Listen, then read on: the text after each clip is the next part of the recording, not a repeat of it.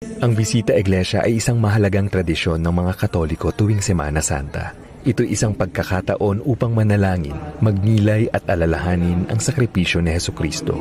Narito ang mga simbahan na maaari nating puntahan at bisitahin. Una sa listahan ay ang Santo Domingo Church sa Quezon Avenue, Quezon City.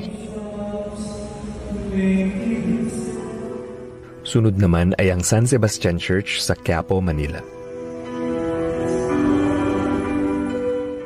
Bisitahin natin ang San Vicente de Paul Church sa San Marcelino Street, Ermita, Manila.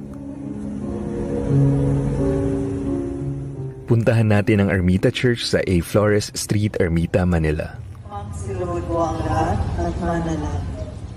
Sunod naman ay ang Malate Church sa Del Pilar Street, Malate, Manila.